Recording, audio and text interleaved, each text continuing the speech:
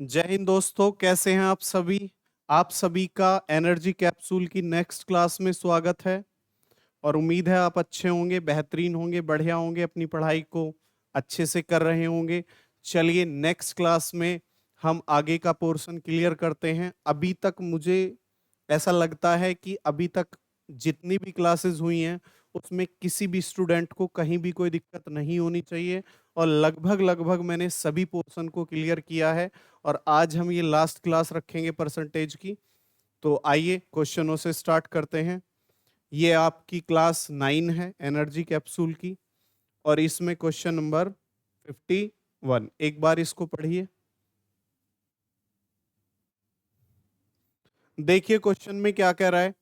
जब एक आदमी की आय 6,000 रुपए बढ़ जाती है तो आयकर की दर 18% से घटकर 15% रह जाती है, जबकि दोनों ही परिस्थितियों में 25% आय कर मुक्त है तथा दोनों ही परिस्थितियों में वह समान आयकर चुकाता है, तो उसकी आरंभिक आय क्या है।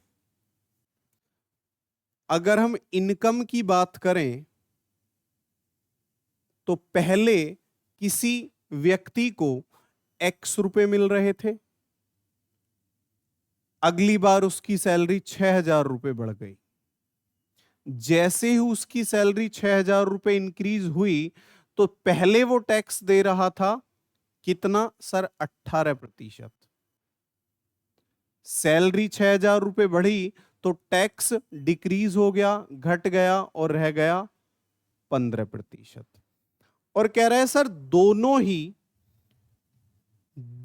ही परिस्थितियों में 25% आय कर मुक्त है, यानी कि 25% पे आपको कोई टैक्स नहीं देना है।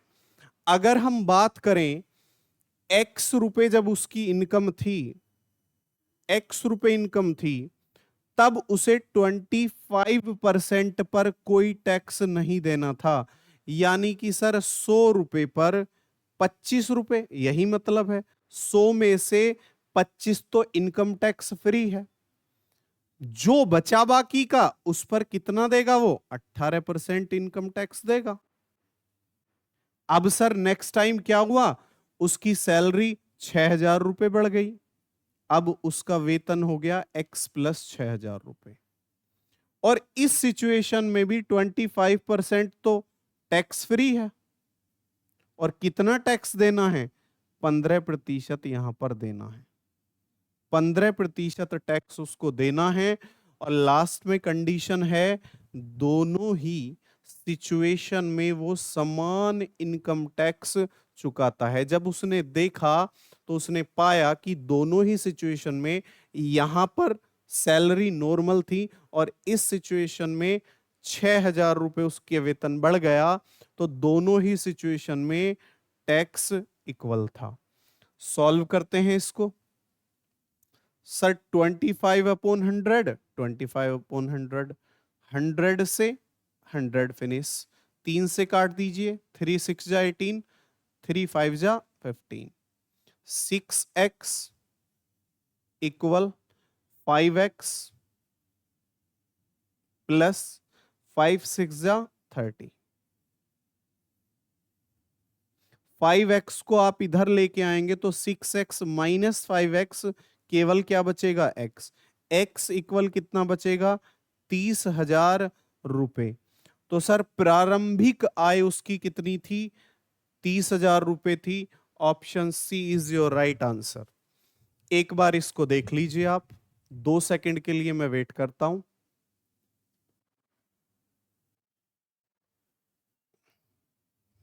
चलिए इसका एक दूसरा तरीका समझते हैं।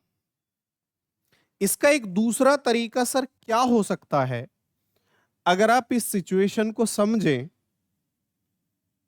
तो मैंने आपको एक कंसेप्ट बताया था और वो कंसेप्ट ये था कि अगर किसी सवाल में परसेंटेज पूछे, फ्रैक्शन पूछे या रेशियो पूछे तो हम ओरिजिनल वैल्यू नहीं लेते।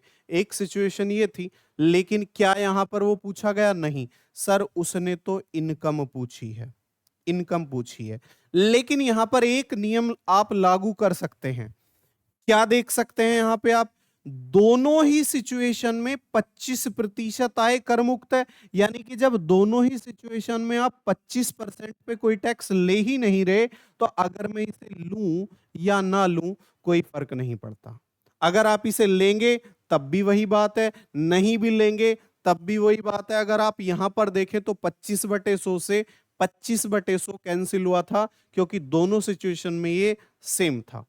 सर दूसरी बात आप ये समझिए कि सर यहां पर आप देखें तो टैक्स में सरकार ने 3% की रियायत की है। 3% आपसे कम ले रहा है। वो कब कम ले रहा है? जब आपकी सैलरी 6,000 रुपए बढ़ जाती है। और दोनों ही सिचुएशन में इक्वल टैक्स जा रहा है। ऐसा क्यों हो रहा है? क्योंकि सर इस एक्स पर जो 3% की छूट ये सरकार आपको दे रही है, एक्स पर 3% जो टैक्स की छूट आपको दी है, वो इसलिए दी है क्योंकि इस एक्स पर तो 15% आप टैक्स दे ही रहे हैं, इस 6,000 पे भी दे रहे हैं। और इस 6,000 का जो 15% बैठेगा, वो इस एक्स का 3% बैठेगा। तो मैं कह सकता हूं एक्स का 3% 6,000 के 15% के इक्वल है। दोनों ही सिचुएशन में आप देखोगे तो इस पर जो टैक्स बना वो एक्स के 3% के इक्वल होगा। सॉल्व करते हैं। सर परसेंटेज से परसेंटेज फिनिश हो जाएगा। 3 5 जा 15 और 5 6 जा 30। तो एक्स की वैल्यू आ जाएगी 30,000 रुपए। ये इसका एक शॉर्ट मेथड हो सकता है। एक बार इसको समझिए। देखिए 3% की रियायत यहां पर हो रही है इस एक्स पर। क्यों हो रही है? क्योंकि इस 6,000 पे भी सरकार आपसे 15% ले रही है। तो इन दोनों ही सिचुएशन में टैक्स तो आप इक्वली दे रहे हैं, टैक्स तो आप सेम ही दे रहे हैं ना। चलिए दूसरा समझते हैं। इस सवाल को भी इसी मेथड से करेंगे। पहले सवाल लिखते हैं। एक आदमी की आय 28,800 रुपए है। पहले आय नहीं बताई थी, लेकिन इस बार वो कह रहा है कि आय मैं आपको गिवन दे रहा हूं। कितनी है आय? 28,800 रुपए। दूसरी बात, जब उसकी आय बढ़ती है, अब उसकी क्या हो गई आय? कुछ बढ़ गई, लेकिन ये नहीं बताया कितनी बढ़ी। मान लो सर एक्स रुपए बढ़ गई। 28,800 में सर एक्स रुपए उसकी इनकम बढ़ गई होगी। अब सर आयकर की दर 12% से घटकर 10% रह जाती है। कब? जब उसकी इनकम बढ़ जाती है। तब टैक्स अगर आप देखें तो 12% से घटकर कितना रह जाता है? 10% रह जाता है। आगे चलिए। दोनों ही सिचुएशन में, दोनों ही परिस्थिति में 30% आय कर मुक्त है। दोनों ही सिचुएशन में जब आप 30% मुझे फ्री कर रहे हैं, तो मैं 30% को इग्नोर कर सकता हूं। इसे क्यों काउंट करूं? सर आप इसको इग्नोर कर दीजिए। आगे, दोनों ही परिस्थिति में वह समान इनकम टैक्स देता है। समान कर दे रहा है। कब देगा वो समान? अगर समान टैक्स आप मेरे से ले रहे हैं और आप ये भी कह रहे हैं कि सर 2% की माफी है आपके लिए, 2% आपसे टैक्स नहीं लिया जाएगा, और फिर आप कह रहे हैं समान आयकर है। क्यों है? क्योंकि सर इस 28,800 रुपए पे आपने 2% की छूट दे दी। 28,800 रुपए पर 2% की आपने मुझे छूट दे दी, लेकिन इनकम टैक्स इक्वल लिया। क्यों? क्योंकि पहले आप 28,800 रुपए पे ले रहे हो 10%, और ये जो मेरा पेमेंट बढ़ा है इस पर भी तो 10% ले रहे हो। इसका मतलब सर ये जो पेमेंट बढ़ा है ना, इस पर जो 10% आपने मुझे चार्ज किया, ये इस पैसे के 2% के इक्वल था। अब क्या करना है? कुछ नहीं करना है। अगर बीच में बराबर हो तो ऊपर से ऊपर वाली वैल्यू कट जाती है। परसेंटेज से परसेंटेज काट दीजिए, 2 से काट दीजिए 5 बार। 5 गुना में है भाग में ले जाओ 28,800 रुपए और इसके नीचे 5 किसके इक्वल, x के इक्वल। भाग दे दो, 5 पंजे 25, कितना बचा, 3 बचा, 38 हो गए। 5 सत्ते 35, कितने बचे, 3 बचे, 30 हो गए। 5 छंग 30, 5760 रुपए x की वैल्यू आ गई। तो कितने पैसे बढ़े सर, 5760 रुपए बढ़े। और ये सवाल आंखों ही आंखों में हो जाता है। अगर आप एक बार इस सवाल को समझ लें तो ये सवाल आप इशारों में ही उड़ा देंगे। लेकिन पहले आपको समझना जरूरी है, जानना जरूरी है। कंसेप्ट को एक बार समझिए, 2 बार समझिए, 4 बार समझिए। जब तक समझ में नहीं आता है तब तक आप उसको समझते रहिए। देखिए इस सवाल को एक बार।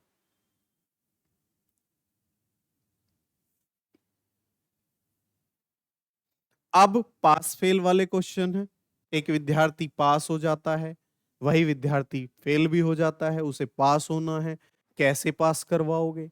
एक व्यक्ति सोचता है, जैसे अगर हम यूपी बोर्ड की बात करें तो 33% पे पासिंग मार्क्स होता है, आपको 33% लाना अनिवार्य है। लेकिन जब एक स्टूडेंट सोचता है कि पढ़ने में वो अच्छा नहीं है तो वो क्या करेगा, यार अगर इतने आ जाएं तो क्या रहेगा, इतने आ जाएं तो क्या रहेगा, मुझे पास किस सिचुएशन में होना है, कितनी मेहनत करनी है, पढ़ा तो मैं पूरी साल ही नहीं हूं।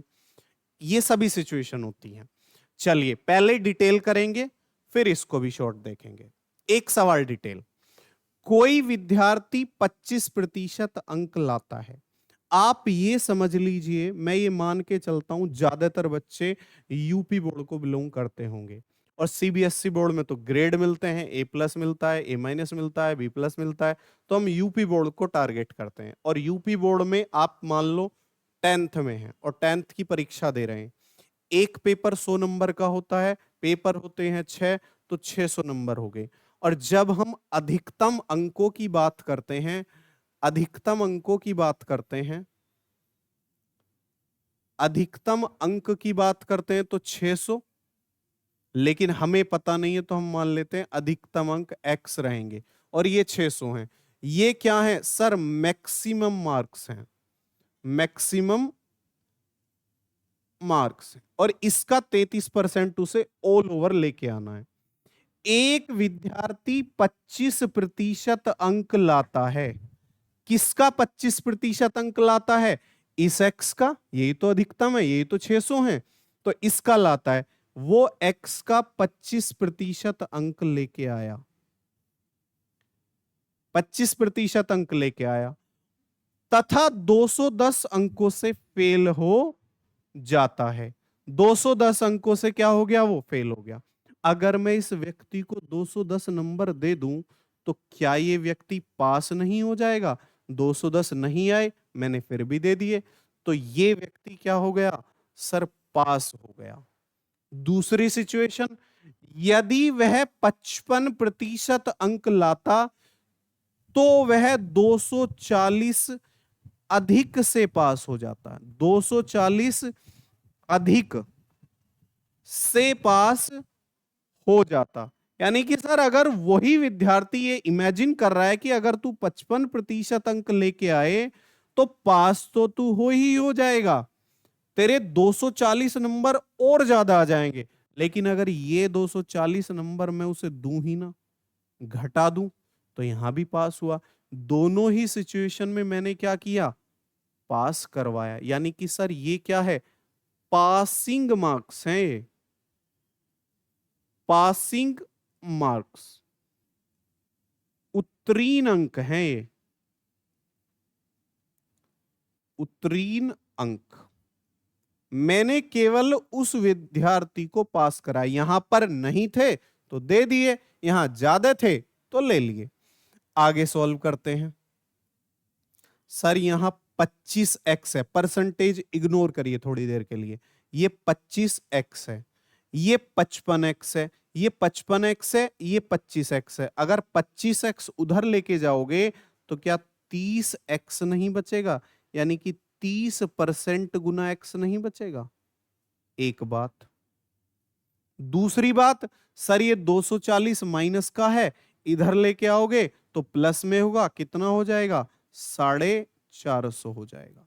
प्रतिशत हटा देता हूं आपके लिए, आसान रहेगा समझना। नीचे 100 गुना x बराबर 450। बीच में बराबर, ऊपर से ऊपर वाला कैंसिल होता है, 0 से 0 कर दीजिए कैंसिल, 3 से 15 बार कटेगा ये, और ये 2 जीरो भाग में है, गुना में चली जाएंगी। सर x की वैल्यू आई 1500। और सर x आपने क्या माना था? x तो आपने अधिकतम अंक माने थे जिस 10वीं की परीक्षा में आप बैठ रहे थे। तो सर अधिकतम अंक रहे 1500। जिस परीक्षा में आप बैठे हैं सभी पेपर का अगर नंबर काउंट करोगे ना बाबू तो 1500 आएगा। क्या पूछा उसने? मुझे उत्तीर्ण प्रतिशत बताइए क्या है? अरे 600 नंबर का पेपर होता था 10वीं में और आपके मान लो आए 320। कैसे लिखता है शिक्षक इसको? सर 600 में से 320 आए, और अगर आप प्रतिशत जानना चाहते हैं तो गुना 100%। ऐसे ही तो निकालते हैं प्रतिशत, और अगर ऐसे ही निकालते हैं तो इस सिचुएशन में भी ऐसे ही निकलेगा। समझते हैं, देखिए देखिए, एक तो उत्तीर्ण यहां हुआ और यहां पर भी उत्तीर्ण हुआ। एक्स की वैल्यू उठा के यहां रख दीजिए, यहां रख दीजिए, दोनों ही तो पासिंग मार्क्स हैं। तो यहां रख देता हूं पहले वाले में, एक्स की जगह रख देता हूं 1500। 25% आप जानते हैं, 1/100, 25% ही लिखता हूं, 25/100 और प्लस 210। 2 जीरो से 2 जीरो कैंसिल कीजिए, 15 पंजे 75, 7 15 दूनी 30 और 7 37 प्लस 210। जीरो में 5 जोड़िए, 5 1 में 7 8 3 और 2 5, 585 नंबर लेके आया वो। प्रतिशत में जानना चाहते हो तो 585 किस में से? 1500 में से, मल्टीप्लाई 100%। 2 जीरो से 2 जीरो कैंसिल, 15 × 45, कितने बचे यहां से? सर 15 × 45 13 बचे। आगे 5 का पहाड़े अच्छे होने चाहिए, 15 निम्मा 135। तो पासिंग प्रतिशत कितना है? पासिंग परसेंटेज कितना है? सर 29%। उम्मीद है आपको ये सवाल समझ में आया होगा। मैंने बिल्कुल डिटेल लिया है। देखो, जब तक आप डिटेल नहीं समझेंगे आपको शॉर्ट भी समझ में नहीं आएगा। शॉर्ट में क्या चल रहा है आप वो भी नहीं समझ पाएंगे। तो पहले कोशिश करिए आप डिटेल समझें, आराम से, कोई जल्दी नहीं है अभी, आराम से समझिए। जो मैं एक अगली सीरीज लेकर आऊंगा उसमें हम मिक्सअप क्वेश्चन करेंगे जो किसी ना किसी एग्जाम्स में आए हुए हैं। इसका एक बार शॉर्ट समझ लेते हैं। देखिए, अगर आप इसे शॉर्ट से समझें तो सब कुछ फिनिश कर दीजिए, किसी चीज की जरूरत नहीं है, किसी चीज की हमें कोई आवश्यकता नहीं है, सब कुछ फिनिश। सवाल पे आते हैं। सर एक विद्यार्थी 25% अंक लाता है और 210 अंकों से फेल हो जाता है। यदि सर वो 55% अंक लाता तो पासिंग परसेंटेज से 240 नंबर अब इस व्यक्ति के ज्यादा आ गए होते। सिचुएशन ये है, करिए क्या, इसमें से इसको घटाइए, 55 में से 25 घटाइए 30%, इसमें से इसको घटाइए। लेकिन घटाते समय याद रखिए, जब आप घटाएंगे तो 240 में से, यहां घटा के दिखाता हूं, 240 में से आप घटा रहे हैं -210, तो माइनस माइनस प्लस 240 और यहां 210, कितना आया? 450, 450। तो सर आया 450। तो मैं ये कह सकता हूं, मैं ये आपसे कह सकता हूं, क्या ये 30% 450 को रिप्रेजेंट नहीं कर रहा? और अगर कर रहा है तो 1% निकालो। सर 1 गुना 30% मान लो, तो 1% अगर मैं आपसे पूछूं तो क्या ये 30 नीचे नहीं जाएगा? आप कहेंगे बिल्कुल जाएगा जी, कोई दिक्कत नहीं, 0 से 0, 3 से काटोगे 15। अगर 1% 15 है और मैं आपसे ऐसा कहूं एक बच्चा 15 नंबरों से फेल हो गया, तो सच मायने में क्या वो बच्चा 1% से फेल नहीं होगा? क्यों? क्योंकि सर 1% रिप्रेजेंट कर रहा है 15 नंबर को। और अगर ये बात है तो मैं आपसे ये पूछना चाहता हूं कि 210 नंबर कितना परसेंटेज होता है? तो आप कहेंगे सर 15 से भाग कर लो, 15 से भाग कर लो। 15 एकम 15, 6 बचा, 15 चौका 60, 14% होता है। एक बच्चे के 25% आए, 14% से फेल हो गया। अगर ये 14% उसको मिल गए होते तो क्या वो पास नहीं हो जाता? बिल्कुल हो जाता। तो इस 25% में ये 14% आप जोड़ दीजिए, कितना आया सर? 39% आया। इसका मतलब पासिंग परसेंटेज 39% था। अच्छा, यहां से जाएंगे तब भी 39 आएगा। 1% 15 और मैं आपसे पूछूं बताओ 240 कितना नंबर है? तो 15 एकम 15 बचे 9, 15 छिक्का 90, 16%।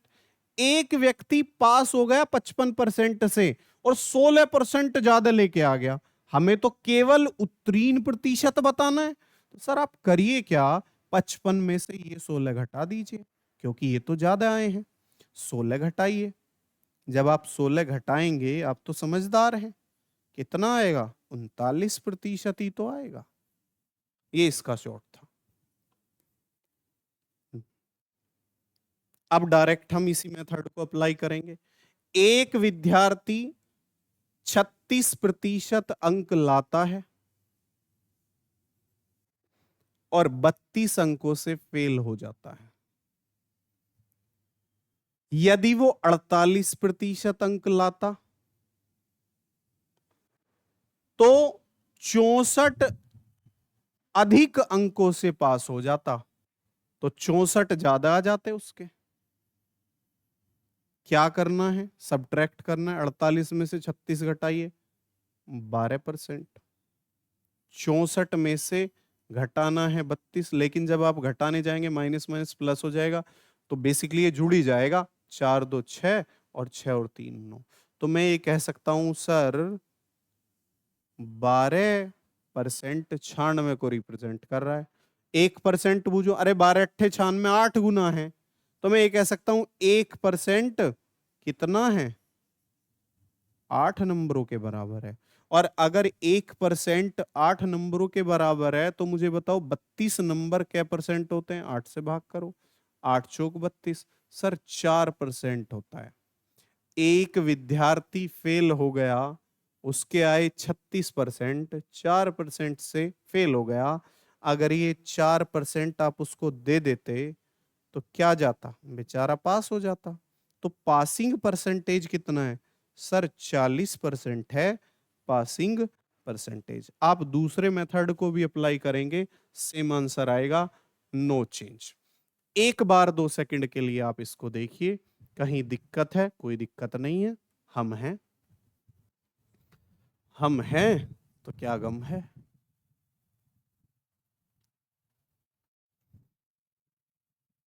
नेक्स्ट, जब विद्यार्थी 30% अंक लाता है, जब विद्यार्थी 30% अंक लाता है तो 5 अंकों से फेल हो जाता है। 30% लेके आया और सर 5 नंबरों से फेल हो गया। ठीक है, 30% अंक लाया, 5 अंकों से फेल हो जाता है।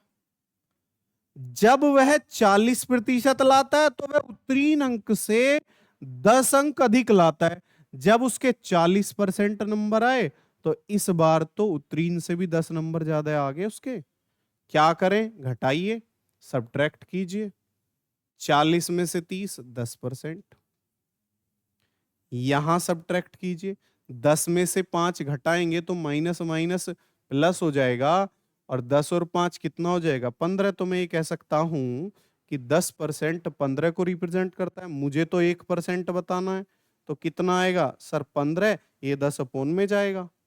सॉल्व करो, 5 तिया 15 और 5 दूनी 10। तो मैं ये कह सकता हूं 1% 3/2 के इक्वल है।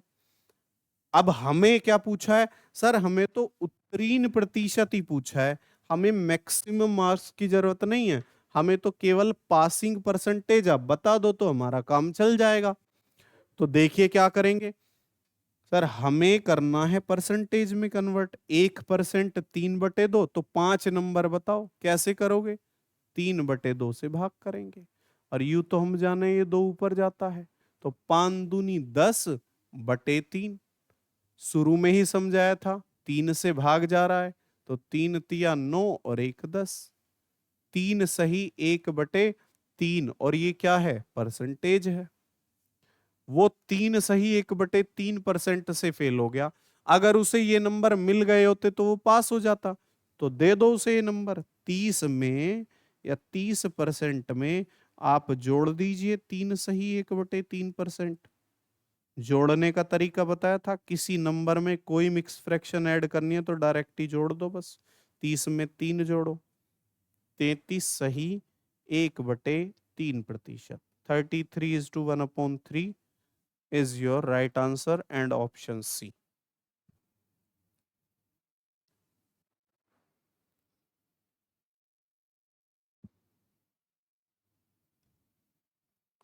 किसी शहर की जनसंख्या प्रथम वर्ष 16 सही 2/3% बढ़ जाती है तथा दूसरे वर्ष 37 सही 1/2% घट जाती है। पहले साल शहर की जनसंख्या बढ़ी 16 सही 2/3%। अब दूसरा साल आया तो डिक्रीज हो गई, घट गई। कितनी घट गई सर? 37.5%। 37 सही 1/2% घट गई। परंतु तीसरे वर्ष थर्ड ईयर 57 सही 1/7% बढ़ जाती है। थर्ड ईयर में फिर से इंक्रीज हुई। कितना? 57 सही 1/7%। जबकि हमें पहले वर्ष से पहले नहीं बताएगा प्रेजेंट में कितनी है। हम मान लेते हैं प्रेजेंट में एक्स रही होगी, और अगर प्रेजेंट में एक्स रही होगी तो 16 सही 2/3% होता है 1/6। तो 6 से कितना बढ़ गई? 1 बढ़ गई, 7 हो गई। यानी कि सर ये अपने आप का 6 से 7 हो गई, तो 7/x 7/6 हो गया। 6 से कितना हो गया? दो तरीके से समझो, या तो नीचे 6 मान लो, एक बढ़ा के ऊपर डायरेक्ट 7 रख दो, या फिर आप ऐसा सोचो कि अगर 6 है, एक बढ़ गई तो अब कितनी होगी? 7। तो अपने आप का 7/6 हो गई। दूसरे साल आप देखें तो 37 सही 1/2% घट गई, यानी कि सर 3/8 होता है। अगर पहले 8 रही होगी तो अब तो 3 की कमी होगी जनसंख्या में, तो कितनी रह गई सर? 5 रह गई। थर्ड ईयर 57 से 1/7% बढ़ गई, और इसकी फ्रैक्शन होती है 4/7। और इंक्रीमेंट हुआ है सर, अगर 7 थी तो अब 4 ज्यादा हो गई, 11 हो गई।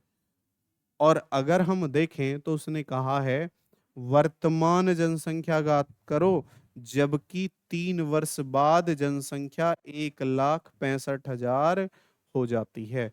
हमें प्रेजेंट की बताइए, और उसने दिया आफ्टर 3 ईयर जो पॉपुलेशन हो जाएगी वो 1,65,000 हो जाएगी। कैंसिल करिए सर, 7 से 7 कैंसिल हो गया। 11 पंजे 55 और 55 तिया होते हैं 165।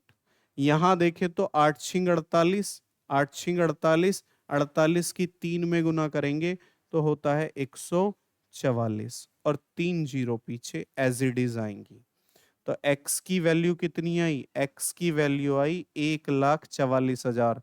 तो प्रेजेंट में क्या पॉपुलेशन थी? 1,44,000 रुपए, सॉरी 1,44,000। समझिए क्वेश्चन को। चलिए नेक्स्ट चलते हैं।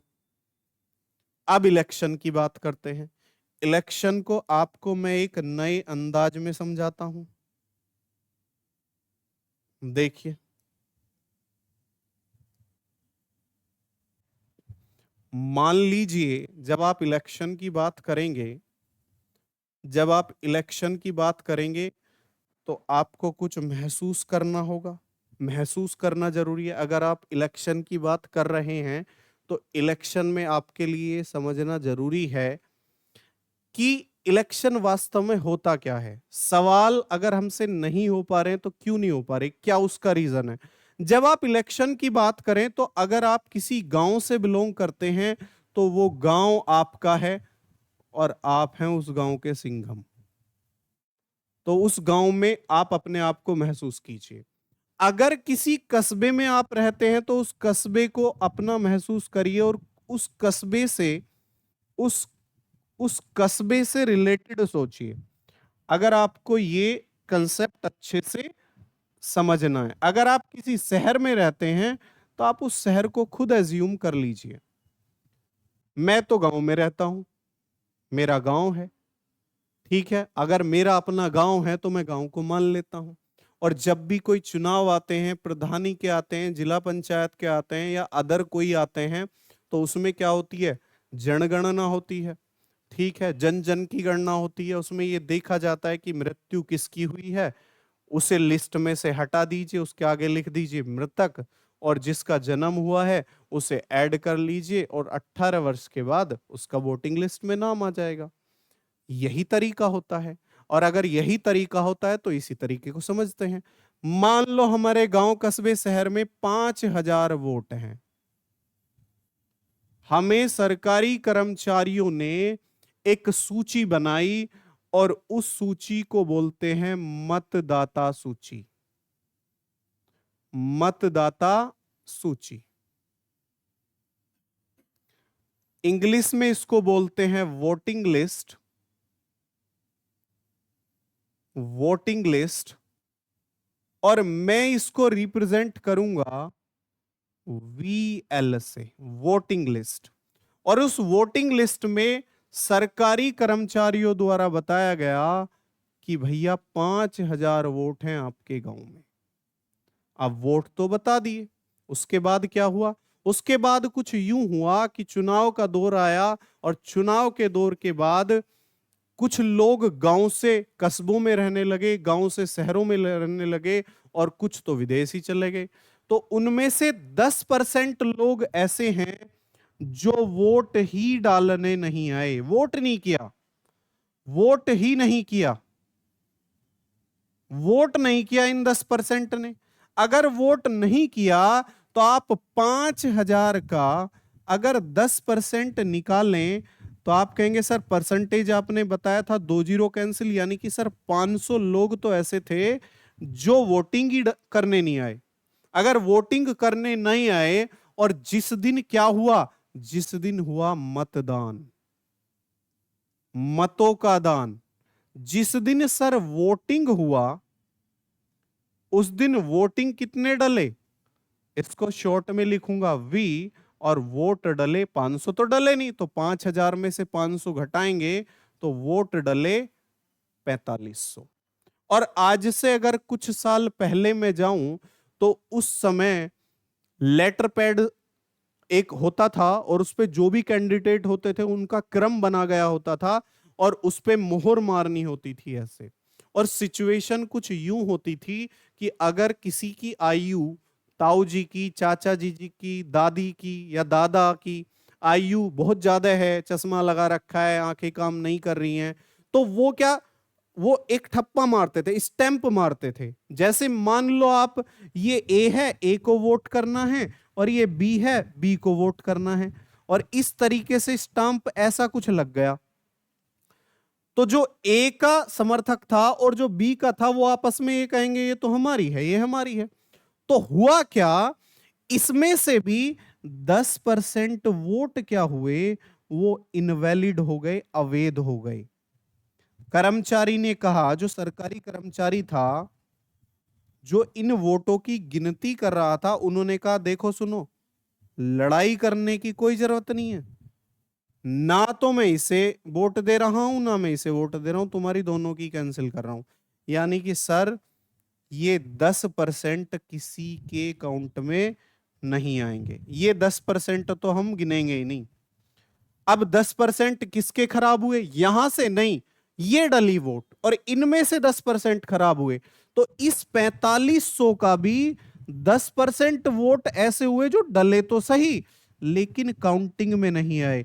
यानी कि सर 450 वोट ऐसे थे जिन्होंने बेचारे ने डालने की मेहनत तो करी लेकिन लाभ नहीं मिल पाया। क्यों? क्योंकि सही तरीके से ही उन्होंने मोहर नहीं लगाई इस पे। तो क्या बचा? अगर ये इनवैलिड हैं तो वैलिड क्या है भैया? वेद क्या है? वैलिड क्या फिर? और यहां पर भी वी आ रहा है, तो वोटिंग को वी कर देता हूं और वैलिड को वी ए कर देता हूं, ये वैलिड है। और कितने बचे सर? 450 तो खराब हो गए, घटाओगे तो 4050 वोट ऐसे बचे जिनका बिल्कुल लेना देना किसी से नहीं था, इसमें हार जीत तय होनी है। और मान लो कैंडिडेट हैं दो, एक ये रहा और एक ये रहा, और एक का नाम रख देता हूं रामू और एक का नाम ले लेता हूं श्याम। अब जीत हार इन दोनों में होगी इन 4050 वोटिंग पे। बस मुझे इतना ही एक्सप्लेन करना है। अगर आप ये कंसेप्ट समझ गए, आपको एक एक क्वेश्चन समझ में आएगा। मैं डिटेल भी कराऊंगा, शॉर्ट भी कराऊंगा, और मैं शॉर्ट और भी शॉर्ट मेथड से करा दूंगा इस सवाल को कि आप कैसे इसमें कहीं ना कहीं अपना एक इमेजिनेशन से क्वेश्चन कर सकते थे। तो आइए अब मैं क्वेश्चन की तरफ बढ़ रहा हूं। देखिए, और एक बात और भी ध्यान रखना, अगर वो ये ना कहे ना कि 10% वोट नहीं डाले गए, तो आपको शुरुआत फिर यहां से कर देनी है। मान लो वो कहे 10% तो वोटर जो थे वो वोट ही डालने नहीं गए, और ये लाइन वो स्किप कर दे, तो हमें फिर यहां से नहीं लेना है क्वेश्चन, फिर यहां से लेना है। क्यों? क्योंकि ये बात तो उसने दी नहीं, तो हम भी क्यों लें? तो ये भी बात ध्यान रखना। चलिए क्वेश्चन देखते हैं।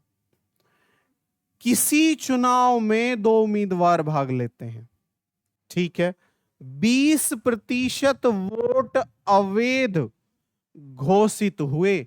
क्या उसने सवाल में ऐसा कहा 10% वोट डालने नहीं गए, 5% वोट डालने नहीं गए? नहीं, ऐसा नहीं कहा, दूसरे वाली सिचुएशन दी। तो हमें कहां से शुरू करना है सर? हमें तो वोटिंग से शुरू करना है। और मान लो, मानने में क्या जा रहा है सर? मान लो उस गांव में 100 वोट थे, और 100 वोट नहीं थे, 100 यूनिट थे, ये मान के चलना यूनिट है। लेकिन आपकी कठिनाइयों को आसान कर रहा हूं, इसलिए मैं यूनिट वर्ड स्किप कर रहा हूं, मैं 100 ही मान रहा हूं क्योंकि मुझे पता है यूनिट है। ठीक है जी, 20% वोट अवैध हुए। इनवैलिड कितने हुए? अवैध कितने हुए सर? अवैध हो गए 20%। अगर 20% वोट अवैध हो गए तो 100 का 20% 20, तो वैलिड कितने बचे सर? वैलिड बचे 80। और जीत हार तो इस 80 पे ही होनी है, जीत हार तो इस 80 पर ही होनी है। और कह रहा है जी, जीतने वाला प्रत्याशी वेद मतों का 70% मत प्राप्त करता है। यह है जीतने वाला, शॉर्ट में लिखता हूं जीत, और इंग्लिश में कहते हैं विनर, तो डब्ल्यू से रिप्रेजेंट करूंगा। और यह है हारने वाला, इसकी हुई हार, और शॉर्ट में एल, ये लूजर है। अब ये अपने आप में 100% है। अरे ये अपने आप में 100% है, ये अपने आप में जो भी वोट बचे, चाहे वो 10 भी वोट बचे, लेकिन ओरिजिनल जो हमारे पास ये 10 वोट बचे, ये भी तो अपने आप में 100% है। और 100% है तो जीत हार यहां से हुई, और जीतने वाले को मिले 70%। तो मैं ये कह सकता हूं हारने वाले को 30% मिले होंगे, हारने वाले को 30% मिले होंगे। अब जब जीत हार होती है तो अक्सर आप ये बात सुनते हैं कि यार वो तो 2000 वोटों से जीत गया, वो तो 5000 वोटों से जीत गया, परसेंटेज में देखें वो तो 40% वोटों से जीत गया। कभी हम ये नहीं कहते उसे इतनी मिली, उसे इतनी मिली, जीत हार बताते हैं। तो इसे 70 मिली, इसे 30, कितने से जीत गया? ये 40% से जीत गया। और किसका 40%? इस 80 का 40%। जबकि सवाल में क्या कह रहा है? सवाल में कह रहा है सर वो तो 9600 वोटों से जीत गया, वो तो 9600 वोटों से जीत गया। तो 40% को अगर आप देखें तो ये होता है 2/5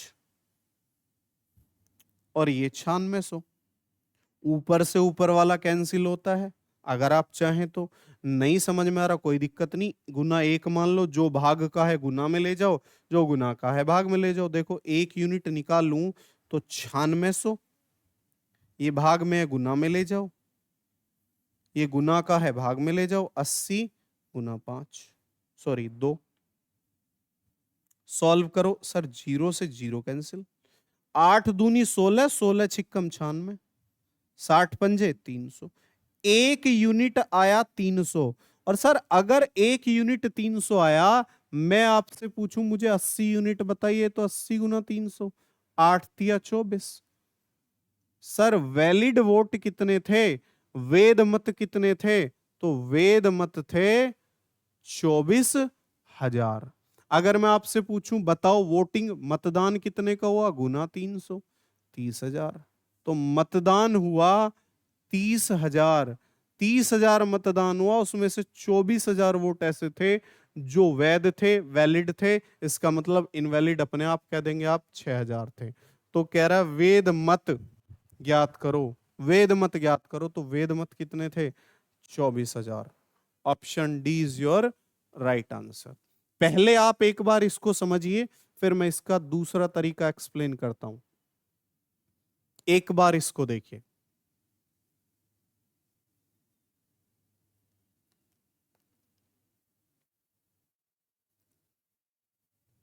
दूसरा तरीका समझते हैं।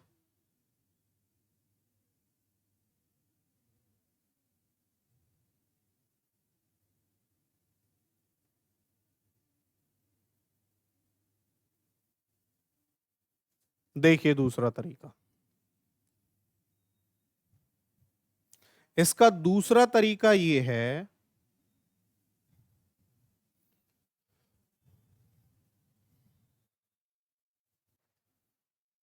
इसे अगर आप वन लाइनर करना चाहते हैं तो पहली कंडीशन यही है कि वोट डालने नहीं गए, क्या ये दिया, नहीं दिया। किसी चुनाव में 2 उम्मीदवार भाग लेते हैं, 20% वोट अवैध घोषित हुए, अवैध घोषित हुए। अगर अवैध घोषित हुए तो आप एक सेकंड के लिए पहले ये मानिए कि सर मान लो वोटिंग हुआ एक्स का। ये क्या माना आपने, ये वोटिंग माना, वोटिंग माना, वोटिंग एक्स का हुआ। और वोटिंग एक्स का हुआ तो 20% तो लोग ऐसे थे जिन्होंने गलत मोहर लगाई थी। अगर गलत लगाई थी तो 20% की फ्रैक्शन क्या होती है, 1/5। अगर मैं ये मान लूं कि 5 वोट डाले गए तो हर 5 वोट पर एक वोट इनवैलिड था, तो 5 में से वैलिड कितना था, 4 था, 4 था। अगर आप यहां देखें तो यहां पर क्या निकल के आता है, वैलिड। यहां पर क्या निकल के आता है, वैलिड, वेद निकल के आता है। और ये मतदान है, ये मतदान है, यहां पर निकल के आया वैलिड। अगर वो आपसे पूछे मुझे तो वैलिड वोट बताओ कितना है, तो आपको इसकी वैल्यू निकालनी है, 4/5 भी सॉल्व नहीं करना है। फिर क्या कह रहा है, जीतने वाला प्रत्याशी वेद मतों का 70% मत प्राप्त करता है। अगर जीतने वाले को 70% मिले, विनर को 70% मिले, तो लूजर को तो 30% मिले होंगे। तो जीतने वाला प्रत्याशी कितने से जीत गया, 40% से जीत गया। आप चाहें तो 40% की फ्रैक्शन 2/5 लिख सकते हैं। तो सर वो जीत गया 2/5 से। लेकिन सवाल में क्या कह रहा है, वो तो 9600 वोटों से जीता। तो इक्वल किसके, 9600 के। बस अब आपको सॉल्व करना है। चलिए जी करते हैं। 2 से काटिए 48 और पीछे 2 जीरो। 5 की गुना करूं तो 500, 500, 5 अट्ठे 40, 4 5 चौक 20 और 4 24। अभी मैंने इसकी वैल्यू निकाली, केवल इतना सोल्व करा, और इसकी वैल्यू यहां पर क्या थी, वैलिड। तो वैलिड क्या 24,000 नहीं थे, पीछे देखो वैलिड 24,000 थे। तो अगर मैंने वैल्यू किसकी निकाली, x गुना 4/5 इक्वल कितना आया, 24,000। क्योंकि यहां तक ही तो था वैलिड। अगर आपसे पूछ रहा है मतदान बताओ तो एक्स की वैल्यू 4 से काटो, 4 छिक्का 24, पीछे 3 जीरो और 5 से गुना कर दो, तो एक्स की वैल्यू आई 30,000। तो मतदान हुआ था 30,000 का और वैलिड थे 24,000, ऑप्शन डी।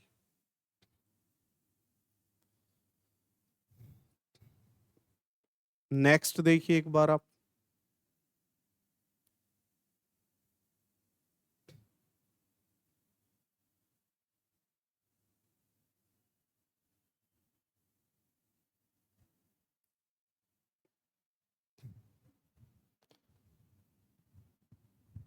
तुम ऐसे कैसे बैठे हो सभी मायूस? आई नो वेरी वेल, मैं तो यहां बात कर रहा हूं।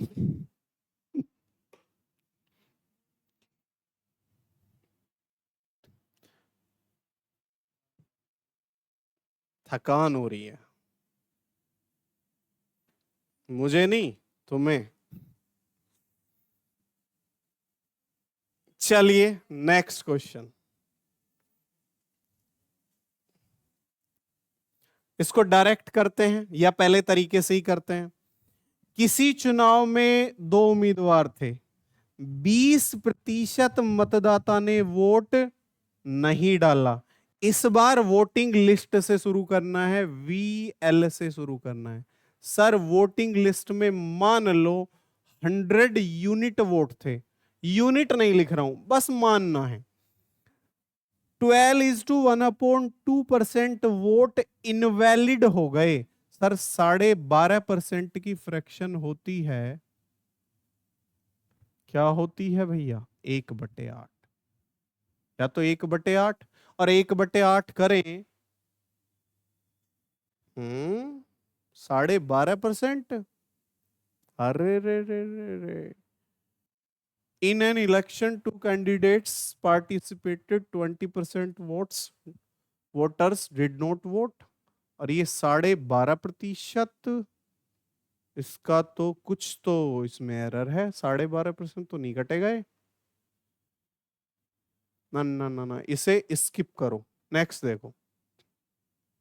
किसी चुनाव में 10% उम्मीदवार वोट नहीं डाले। किसी चुनाव में 10% वोटर ऐसे थे जिन्होंने वोट नहीं डाला। तो वोटिंग लिस्ट 100 यूनिट, 10% ने वोट नहीं डाला तो वोट किसने डाला? वोटिंग कितने की हुई?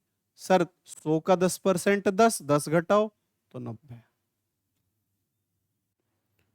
फिर कह रहे हैं जी 11 सही 1/9% वोट इनवैलिड घोषित हो गए, अवैध घोषित हो गए।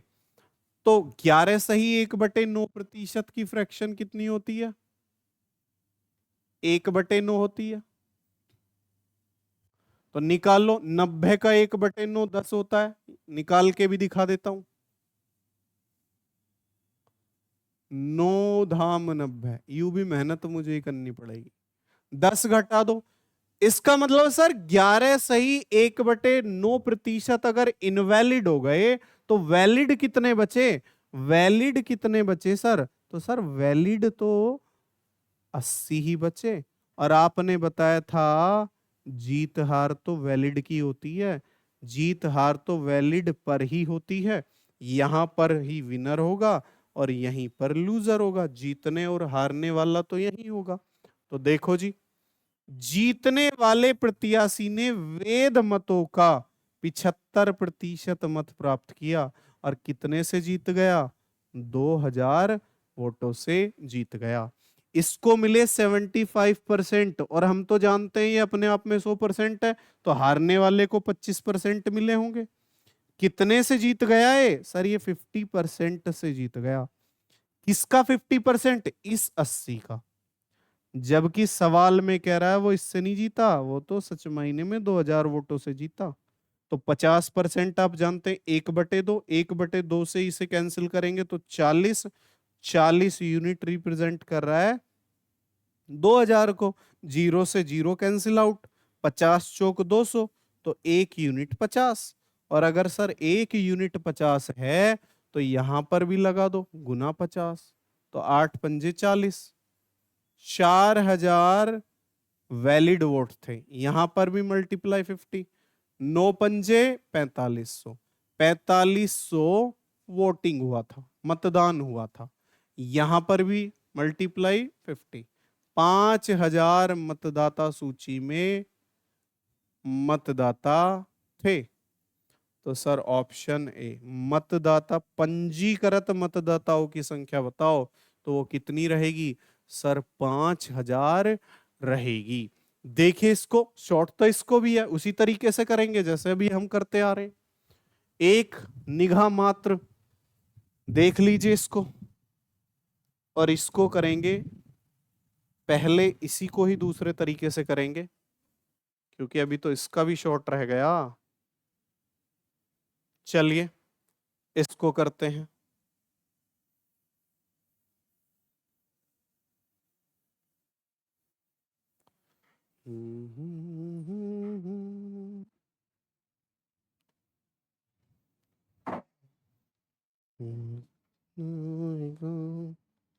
अरे अरे बाबू क्या है बा?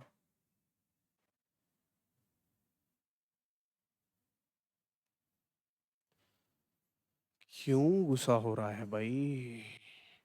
लो ऐसे मिटा देंगे, काहे गुस्सा हो रहे हो बाबू? चलिए जी दूसरा तरीका समझते हैं। सेकंड मेथड में हमें ये सीखना है, किसी चुनाव में 10% वोटर ने तो वोट ही नहीं डाला। इन an election 10% voters did not vote. अरे 10% तो वोट ही नहीं करते। तो अगर मैं वोटिंग लिस्ट में मान लेता हूं एक्स वोटर थे, और ये क्या है? ये है सर वोटिंग लिस्ट, वीएल। याद रहे 10% ने वोट नहीं करा सर, 10%, 1/10। भाई 10% क्या होता है सर? आप कहेंगे 10% तो 1/10 होता है। अगर 10 मतदाता थे तो एक तो आया ही नहीं वोट डालने, तो कितना आया? 10 में से सर एक नहीं आया तो 9 आए। और ये क्या? ये सर वोटिंग, यहां पे वोटिंग, ये रही वोटिंग। आगे हम चलें तो 11 से ही 1/9% वोट क्या हो गए भैया? अवैध घोषित किए गए। क्या किए गए? अवैध घोषित किए गए। तो 11 से ही 1/9% होता है, 1/9, 1/9 होता है। यानी कि अगर 9 वोट आपने डाले ना सर, अगर आपने सर 9 वोट डाले तो एक को तो सही नहीं माना गया, 8 ही सही माने गए। और यहां पर क्या निकल के आता है? वैलिड। यहां पर वैलिड, वैध लिख देता हूं, मतदाता सूची, मतदाता सूची, यहां मतदान, और यहां वैलिड, वैध। अब क्या हुई? जीत हार हुई। जीतने वाले प्रत्याशी ने वैध मतों का 75% मत प्राप्त किया। अगर जीतने वाले को आप 75 दे रहे हैं, विनर को 75 दे रहे हैं, तो लूजर को 25% देंगे। तो कितने से जीत गया वो सर? 50% से जीत गया। और 50% की फ्रैक्शन आप जानते हैं 1/2 होती है, 1/2 से जीत गया। जबकि सच मायने में तो वो 2000 से जीता। अब आपको ये देखना है, ये देखना है कि हमें फाइंड आउट क्या करना है। फाइंड आउट क्या करना है? तो आप कह रहा है जी पंजीकृत मतदाताओं की संख्या बताइए। तो चलिए 9 से 9 कैंसिल करते हैं। अगर पंजीकृत मतदाता तो एक्स की वैल्यू, वोटिंग पूछे इसकी वैल्यू, अगर वेद पूछे तो इस टोटल की वैल्यू। तो हमें निकालनी है, एक्स की निकालते हैं। 9 से 9 कैंसिल आउट हो गया, 2 से कर लीजिए 4, और 4 से सीधा कर लो, 4 पंजे 20, पीछे 2 जीरो और 1 जीरो इधर चली जाएगी। तो एक्स की वैल्यू कितनी आ जाएगी? 5000। एक्स की वैल्यू आ गई 5000। तो option A is your right answer. उम्मीद है सवाल आपको समझ में आ रहा होगा, कहीं कोई दिक्कत परेशानी हो नहीं रही होगी।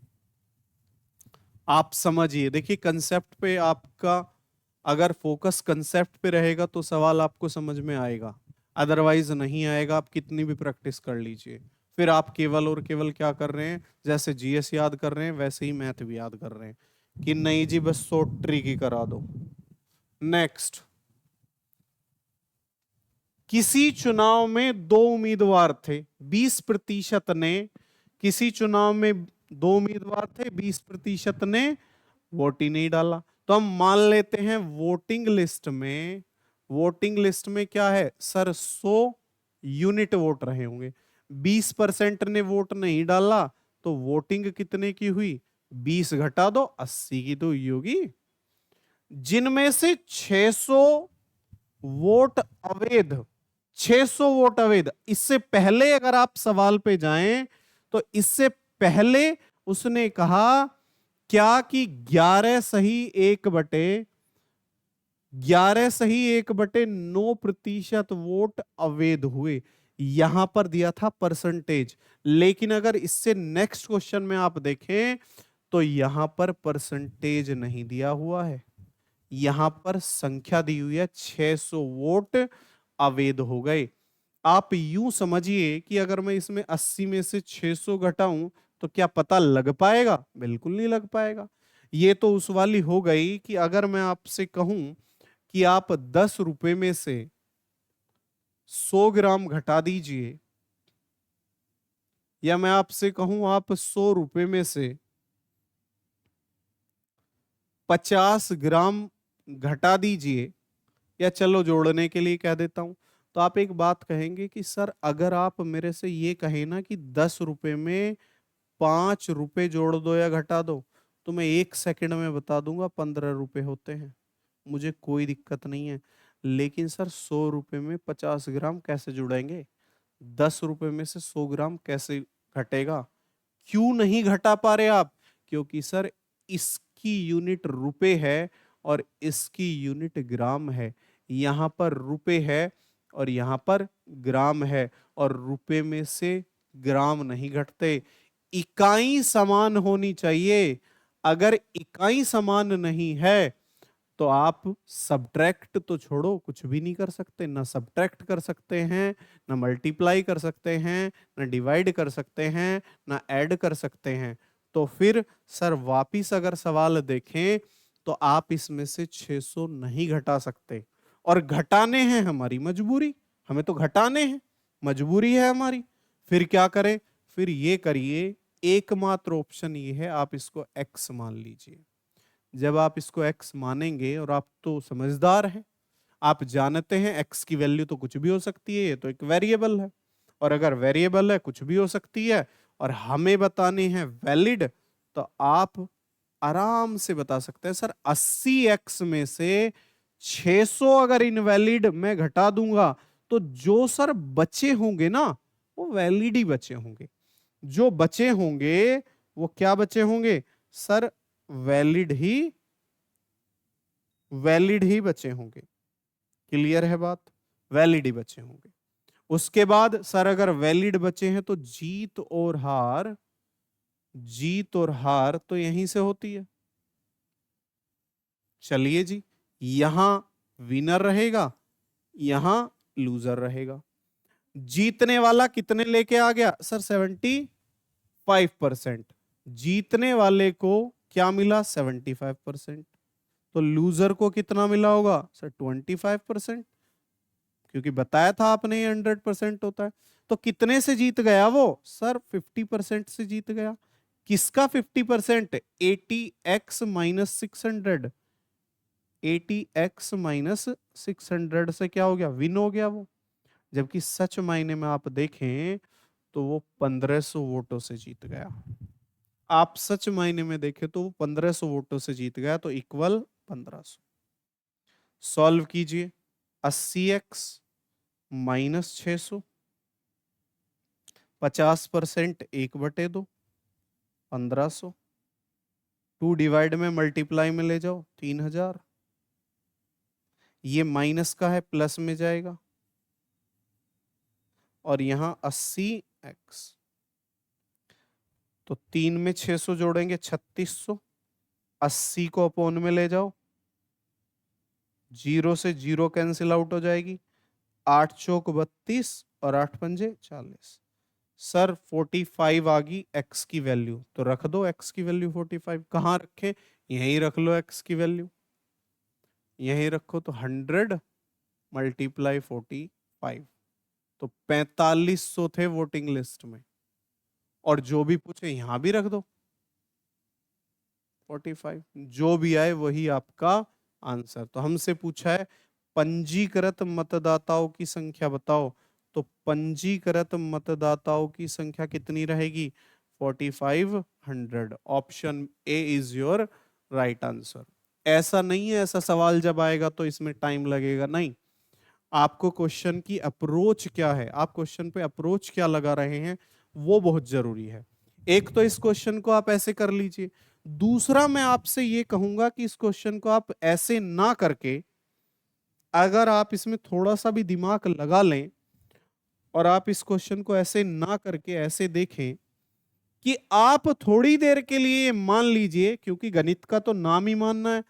सर ये जो 600 वो कह रहा है ना इनवैलिड हो गए, अरे थोड़ी देर के लिए मान लीजिए कोई इनवैलिड नहीं हुआ, वोटिंग भी 80x और वैलिड भी 80x ही हुए सर, 80x ही वैलिड हुए। और मन में रखना है 600 इनवैलिड थे। और जीतने वाले को कितने मिल गए? विनर को मिले 75%।